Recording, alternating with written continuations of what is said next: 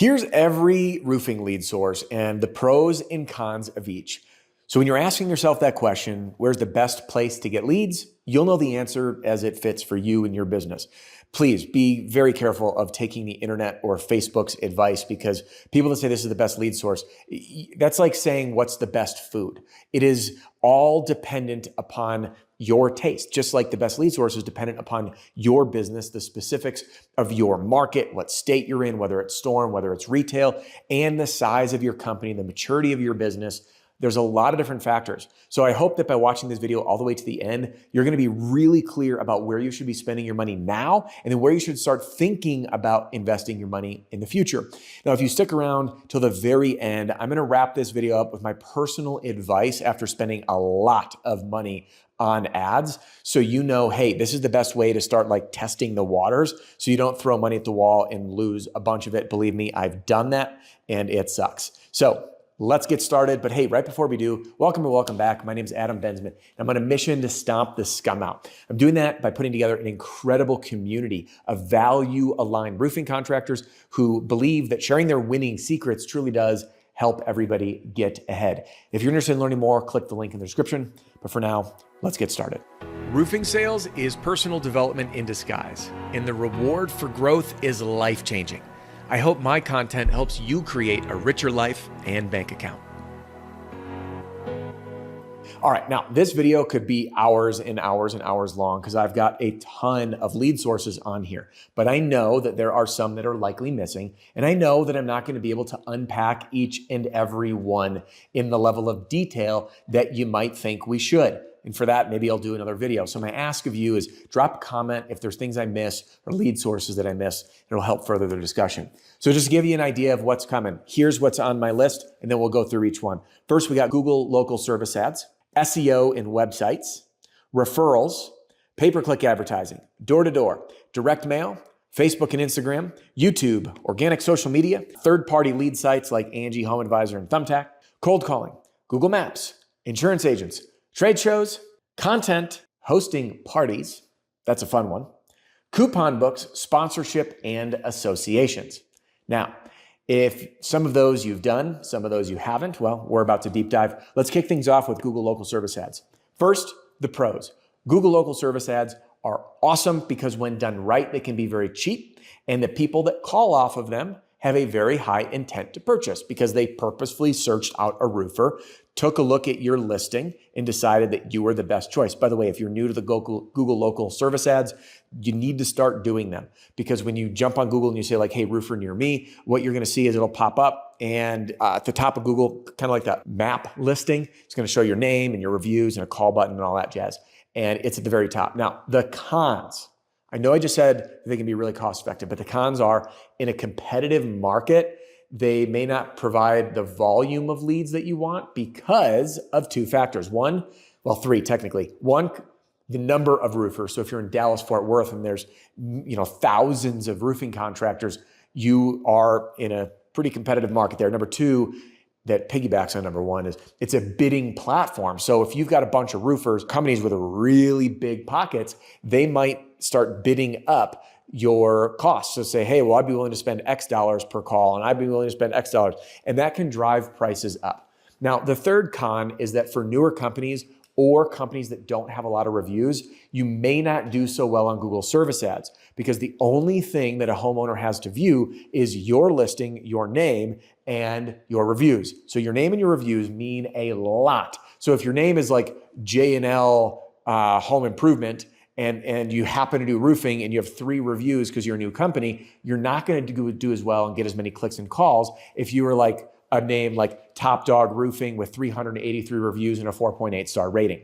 So if you want to get good with Google local service ads, make sure you got a really good name and you've got great reviews. Next on the list is SEO in your website. These leads are phenomenal. Pros. People are on your website. They found you. They've researched you. They've looked at multiple pages. They reached out. You, my friend, are in the running in one of the 3 estimates or whatever it is that the homeowner might request. And I know we all have those people that ask for like 17. Now, the downside is a lot of people, these are the cons, a lot of people spend way too much money on their website and or SEO. There's pitfalls to both. Some people just like get so wrapped up in getting the perfect website and they'll spend $20,000, $30,000 or more. And without traffic, it means nothing. It's a glorified business card that makes the owner feel good, but doesn't really do anything.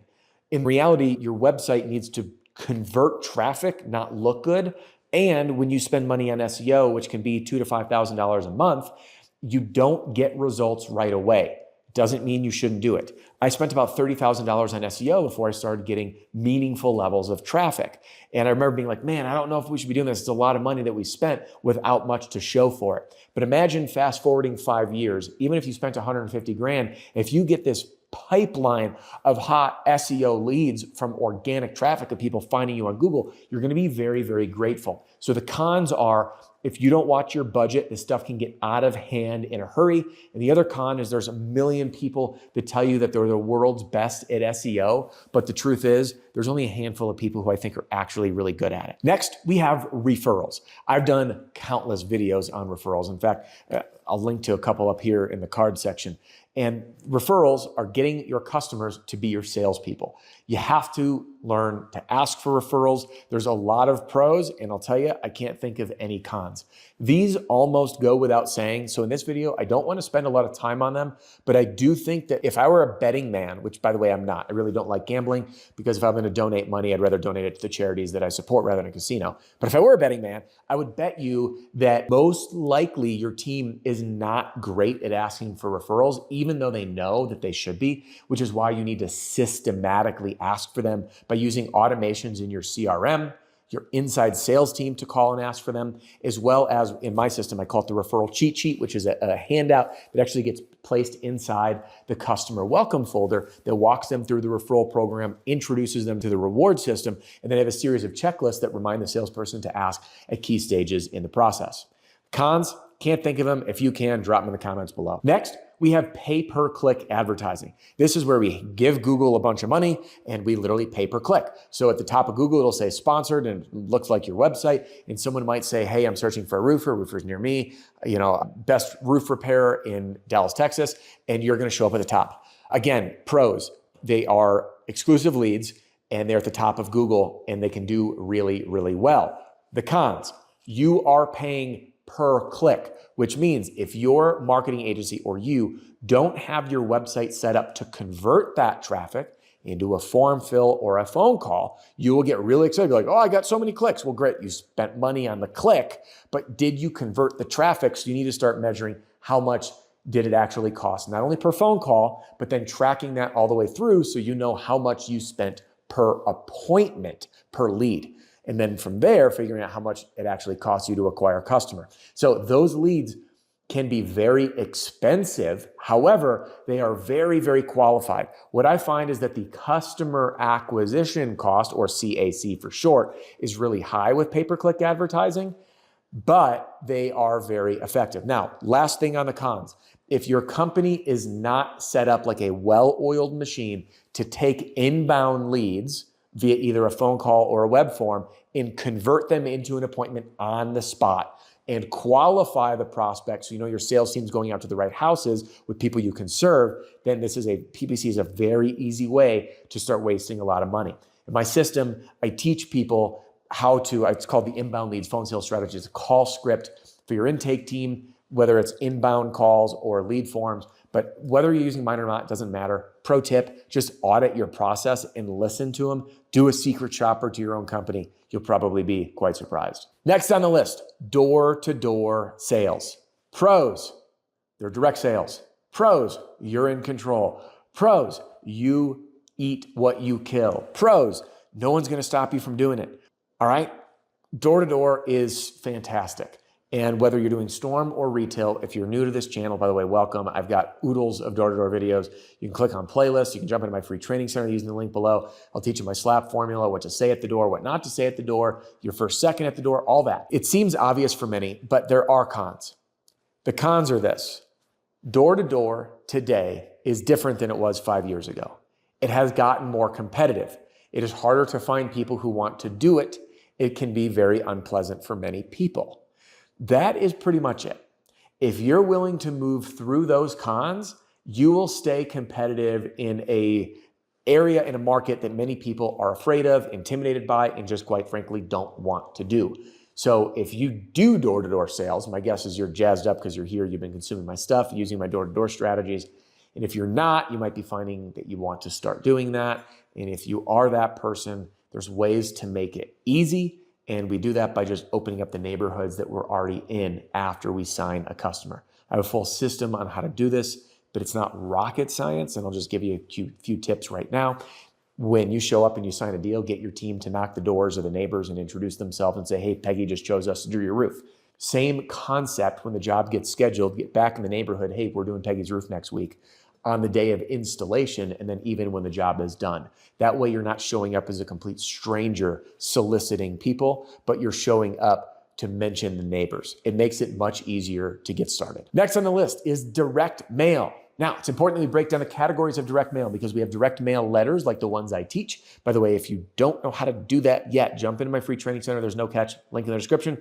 I have an entire playlist on direct mail. I'll teach you how to write letters for it. The leads that come off these things are hot, hot, hot. I'm talking about a plain piece of paper stuffed in an envelope, hand addressed, hand stamped, and sent to a very specific home. And by the way, that strategy is something that your salespeople can even fulfill. So the houses that were no one's home, targeting a certain neighborhood. That's where that strategy is really, really good.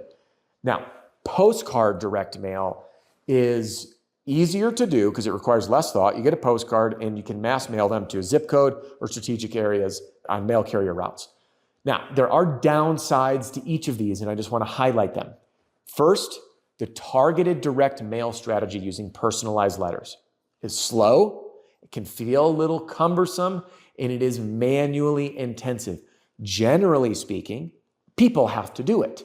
That means your salespeople or someone in your office. I do have plenty of clients who've developed these tools in-house. They've got handwriting machines and they're doing it via automations that essentially they've built, and it's stupid powerful. That can get a little expensive, but again, the leads that come off of it are fantastic.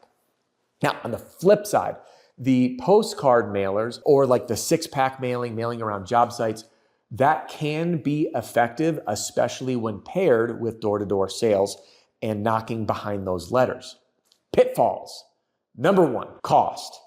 You can spend a boatload of money on these, and if you're delivering them to the wrong houses where people aren't homeowners, that people aren't qualified, if it's a storm and you're on a fringe area, if it's retail and you did one roof and now you're mailing around like brand new homes that don't need a roof, it can get very expensive very quickly.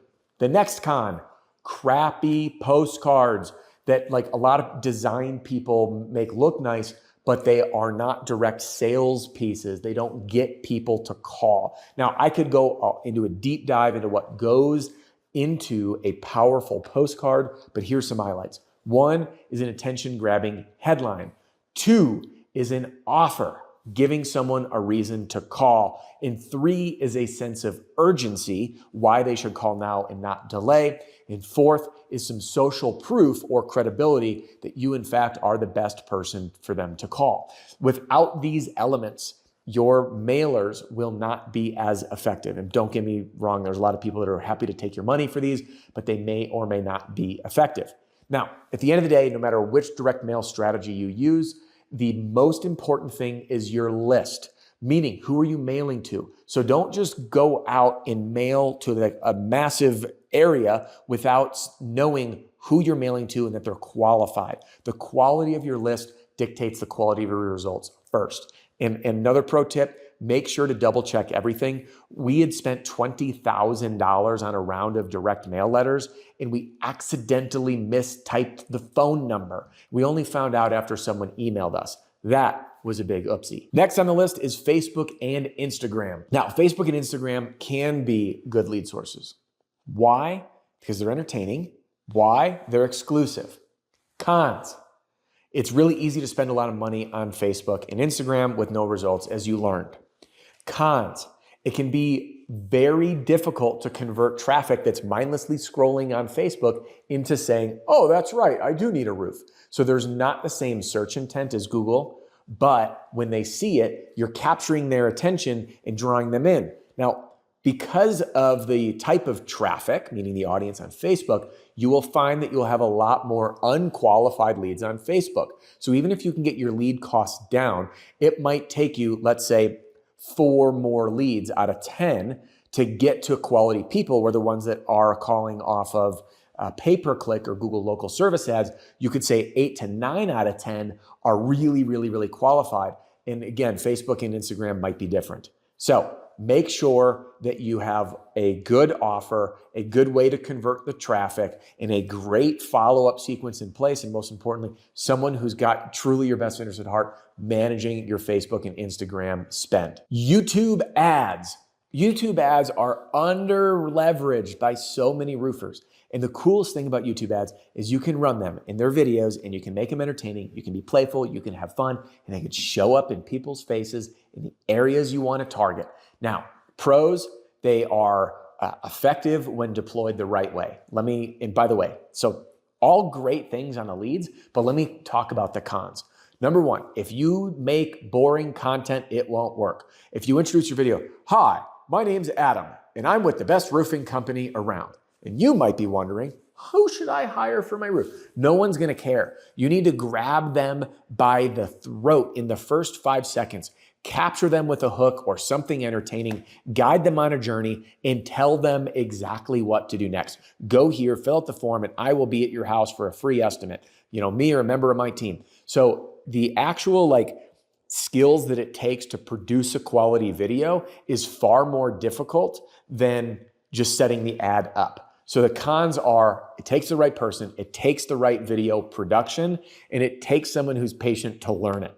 Video ads are something I'd recommend only if you have someone in your office who's really good on camera, and if you have a really good plan of action to target the right people, because on YouTube, you can get really specific on who you want to get in front of. It's kind of creepy, by the way, but can be really effective. Next on the list is social media content. Now, if you want to start doing this, I have to give a shout out to Joseph Hughes and the team over at Contractor Dynamics. They actually ran a guest presentation for our community, the Roofing and Solar Reform Alliance. And Joseph does a great job at helping companies bring this in-house. Now, I also happen to make a lot of content myself, and I can give you a few pointers. Number one, you have to make content that is entertaining, that people want to watch. And the pros are organic content does get leads. Okay. And I know some people say, well, I've never been able to do that. That's probably because you haven't cracked the code yet. That'd be like saying, I went out and knocked doors for 2 days with zero training and I didn't make a sale. Therefore, door to door doesn't work. No. You just haven't figured it out yet. There are people that are doing this and they're doing a darn good job at it. So the pros are it can be effective. Now there's a whole list of cons, but just because they're cons doesn't mean you shouldn't do it. It just means you need to be aware of it. Number one, it can be very, very, very time consuming. Number two, the tech can be overwhelming to set up so you can manage it all, okay? And then number three, you have to be willing to learn and screw up. And it is like, it's doing art, man. Like it sucks. Like you're gonna do stuff and think it's gonna do great and then it does terrible. And then you're gonna do other stuff that you think is gonna do terrible and it's gonna do great. So it takes a lot of time and attention to optimize as you go. But again, if you crack the code on it, it can be absolutely fantastic and it can be really fun.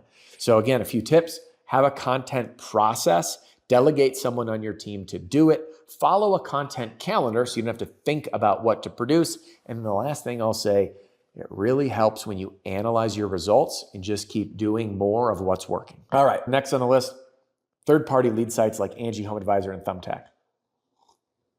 Now, before you freak out and say these are absolutely terrible, which generally kind of think they are, but here's the weird thing. Sometimes they can be really effective. And this is something that's worth experimenting with depending on the market that you're in. Because I have found folks who do Angie and they crush it. Like they crush it. And other people that do Angie and they don't crush it at all. So let's talk pros. Pros is the leads can be pretty cheap. And that's pretty much the end of the pros list. Okay. The cons are they're not exclusive. They're being farmed out. The homeowner got 17 phone calls in 20 minutes. People are hounding them. The downside, it's a lot of work to chase these leads. People have no idea who you are. Some people are confused. I fill out this thing on Angie. Isn't someone from Angie supposed to call? No, they're connecting you with a roofer. a million other roofers call, but what you need to do is just experiment with it, because I remember wanting to turn Angie off, and Angie did really well on the retail side for us. We had a relatively high closing rate, and even though we had a lot of leads that didn't pan out and or leads that weren't qualified, when we calculated our customer acquisition cost from our Angie leads, because they happen to be a little cheaper, it was within the realm of where we needed it to be. So we moved forward with it. Now, it also worked in some markets and not other markets. So you need to test this for yourself before you go all in or all out. But one thing's for sure, I wouldn't bank my business on it. Cold calling is next on the list. And yes, cold calling can be stupid effective, even in today's time. In fact, inside the Roofing and Solar Reform Alliance, where amazing companies who are value aligned share our winning secrets, we had 2 members peel back the curtains and share how they've built call centers in-house, including how they source the data, how they scrub the data, how they call, the scripts they use, all of their KPIs in terms of their cost per lead, their close rate, etc. And that masterclass in and of itself was absolute gold. It's recorded, it's available for all of our members and future members. And the reason I share that with you is a lot of people outsource cold calling, and there are some good people that do it and a lot that like start good and aren't great. And the pros are, if you can bring that in-house, which is what this training was about, is helping you bring it in-house. If you can bring that in-house, your ability to generate leads literally on demand is like out of this world amazing. But there are cons. And the cons are there is risk involved. There's laws you have to comply with. You'll likely end up getting sued at some point. Most everyone that shared had been sued for violating can spam laws. There's some angry person. It's cost of doing business. You do the very best you can, okay? Now, the other cons are what you'll find. This happened to me. I remember I got a telemarketing lead or a cold calling lead. I ran it and the homeowner changed their mind. So at that point, we were outsourcing our cold calling. The person tried to call back to cancel, but they got a call center and then they definitely didn't want me there. Now I showed up anyway. So there was like an uphill battle for me on that front. The other con is like if you're outsourcing this, your entire brand and reputation is on the hook with whoever they hired, whoever's working that day, and however well trained they are. So there's a lot of like brand risk in my opinion. And if it were me in today's time, I would build a team in-house, and that would allow me to avoid all of the cons. So anyway, that's pretty much it. And if you're not doing it, I'd do it. I'd start off. If you can find a great company offering it, start there and then build it in-house as soon as you can. The same works, by the way, for both Storm and retail. Next up, Google Maps. And yes, your Google local listing is important. If you're a new business and you don't have a Google Maps listing because you're operating out of your house, this would be a really good time for you to take a look. Oh man, my flyer's getting out. For you to take a look at getting a local listing set up. And the reason I say that while we feed the fire here is people can't show up at your house. Now, hopefully we kick that fire back up again. Now, back to the Google Maps idea. Now, for many new companies that don't quite have an office yet or haven't taken the time to register their business, you'll never get these leads. This is a long-term play. And again, that's where your reviews live. Everything lives on there. Someone that finds those, total gold. Now, there's a pro tip that was shared recently, by the way, in RSRA, and that was when you're responding to reviews, make sure to plug in your own keywords because Google scrolls and searches all that. So like, let's say you're looking for a roofing company in Aurora, Colorado. If you're responding to the review, you can mention your city and, hey, thanks for calling us up for your project in Aurora, Colorado. It was so great to fill in the keywords, repair your blank, blank, blank, and blank, and replace your roof due to hail damage. Now, again, this is the type of thing that helps Google Maps crawl when someone's searching and say, hey, I should suggest you. So there's, by the way, no cons to this whatsoever. It is free or darn near free. Get your Google Maps or Google local listing up, get your reviews on there and leverage those keywords so you can get more organic traffic. You're not going to expect a huge lead volume from these. It's one of those things that adds to what you have, but I wouldn't be like, I'm going to get 15 leads a month or 25 leads a month or 100 leads a month. Now you may as you grow, but it typically isn't going to work like that straight out of the gate. Next on the list is insurance agents. Now I'm going to put insurance agents and networking into one category because insurance agents may or may not be the place for you to network. For retail, I personally think it's a fantastic place because oftentimes agents are calling a homeowner and saying, hey, we're going to drop you unless you replace your roof, or a homeowner needs to replace the roof and calls their agent first.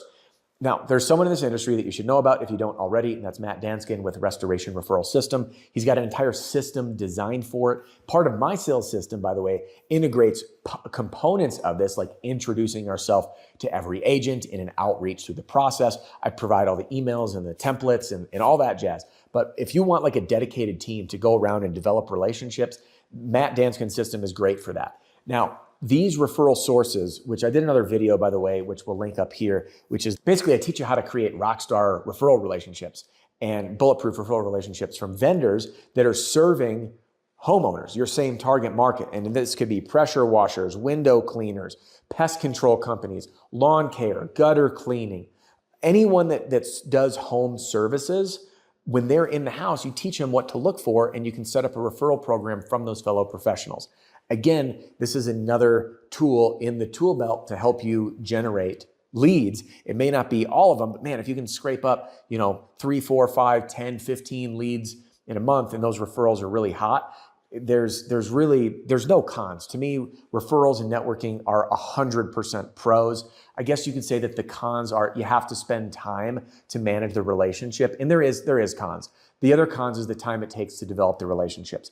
What I guess I do have it on here. I'm going to jump a little bit ahead, but like networking groups, there's very few people I found in the roofing space that have found them to be an effective use of time. For me, I joined one and I did it for 2 years, and I got like 2 really small jobs out of it.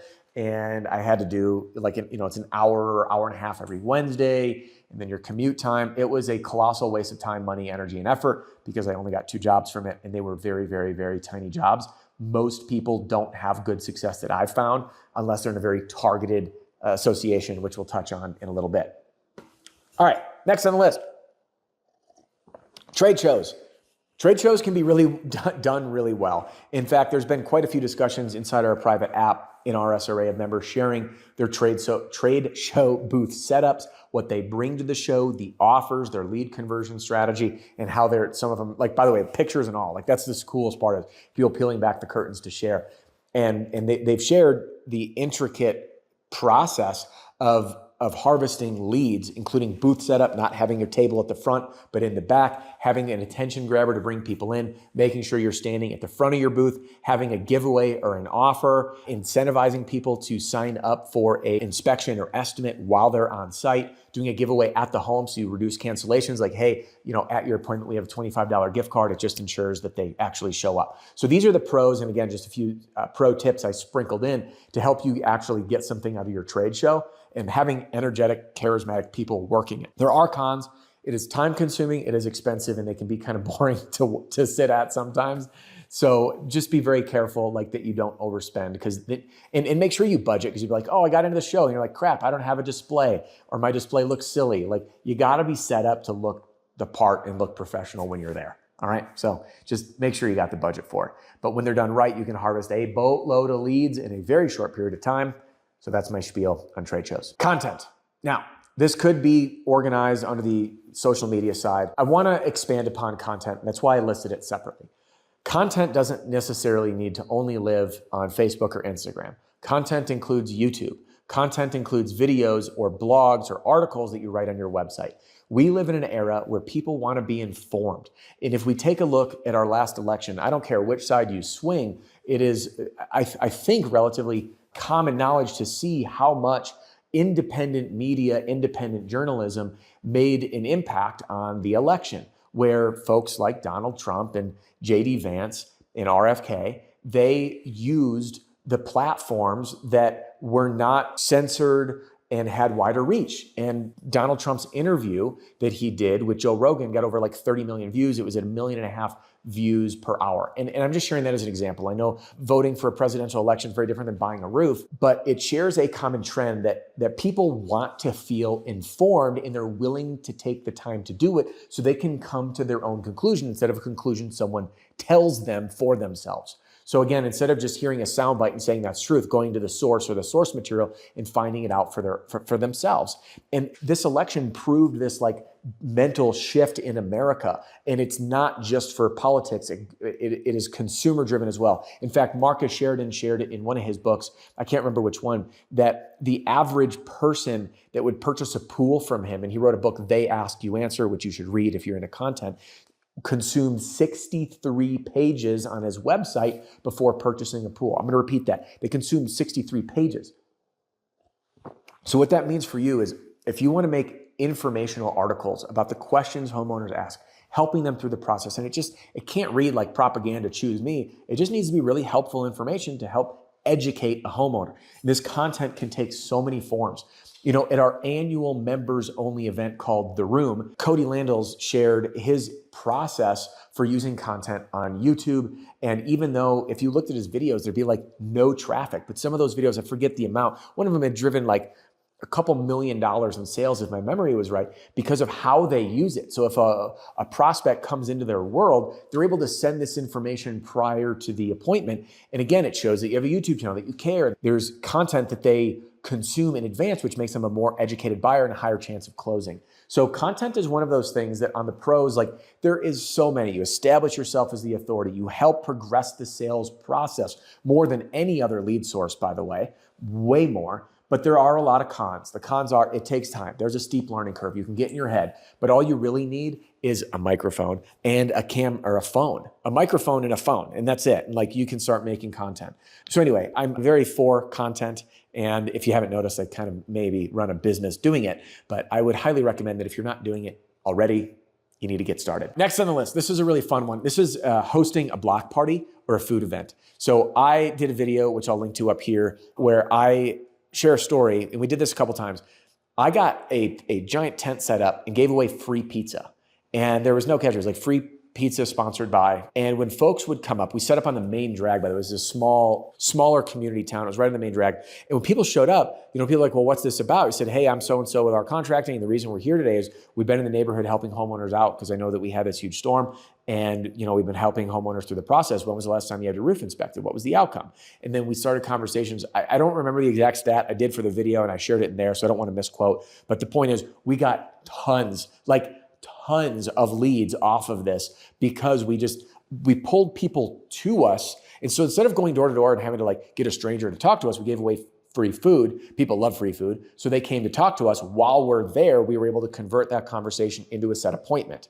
And by the way, we had another member of ours, his name's Brandon. He shared how he used, he got a Kona ice truck and popped it up in front of a community and got a ton of leads, especially because kids want to pull their parents to it. So if you can do it for entice them around, they'll drag the parents with you to come have a conversation. So those can be great. There's another technique used where you can set up a little block party at the install of a homeowner and invite people in. There are regulations you got to be aware of in terms of feeding people. So just try to use someone who carries all the proper licensing, insurance, blah, blah, blah for food safety because you're a roofer, not a restaurateur. So the pros of that, it brings a lot of people in. You can bust them out anytime you want. They're really fun. They're fun to work. You can get a lot of your team there to convert leads. The only cons I can really think of is, again, they're time consuming. Funny enough, even though they're quote unquote expensive, the cost per lead is stupid cheap. So I wouldn't even throw that as a con. And the only other con would be exposure. And if you suck at marketing it and getting people to show up. But a really fun thing that I think is under leveraged because we get so busy, we think of just slowing down and investing in our community. Next on the list, coupon books. Pros, can't find any. Cons, lots, avoid them. Challenge me in the comments below if you've had good luck with coupon books. As a roofer, I'm sure you've had people in the direct mail space come to you and say, hey, do the coupon book thing. I have not found that to be worth a single penny. So avoid coupon books. Next on the list is sponsorship. This I've seen go one of two ways. You'll likely get targeted by local sports teams or schools to sponsor you or put your logo up on the backstop or backdrop or home run fence or inside the hockey stadium. And these things often feel good. They're generally low cost. These are things that I would do if you are super community based. Put it into your branding budget. I've not seen them actually convert leads myself, but they're one of those many touches. You may end up hey, I'm on so-and-so's kiddie football team and I saw this. But again, that's a feel-good thing and part of the branding. And one thing I didn't actually have on this list that I caught now is billboards. And I think this would be a good time to throw that in is sponsorship, very similar to billboards. Again, it's part of the branding. And billboards are right for certain people, but not everybody. They can be expensive. If you haven't read Tommy Mello's book, Elevate, great book. Tommy Mello is one of the leading names in the home improvement space. And he runs A1 Garage doing a couple $100 million a year. And he uses billboards not only for branding for when someone's garage door breaks, but from a recruiting side. So a billboard, and it's very tempting to just like follow what the big dogs do. We've done a lot on the billboard side. And I will tell you this, it's like the thing that might push a homeowner over the edge. They might remember to call you. They might see you a few times and it's one more touch. But in terms of like a physical ROI, I would put it really low on the list unless you're a company doing 20 million a year plus and you have a dedicated budget for branding and you got enough trucks running around that it all adds up. But if you're like, a 5-man crew and you don't have logoed trucks and you're going to put a billboard up, I think the impact will be pretty minimal. So I'm going to go on the billboard, way more cons than pros unless you're 20 million plus. Last on the list is associations. Now, associations is a broad term, but there's associations for darn near everything. And let's say you find a home building association or a remodelers association.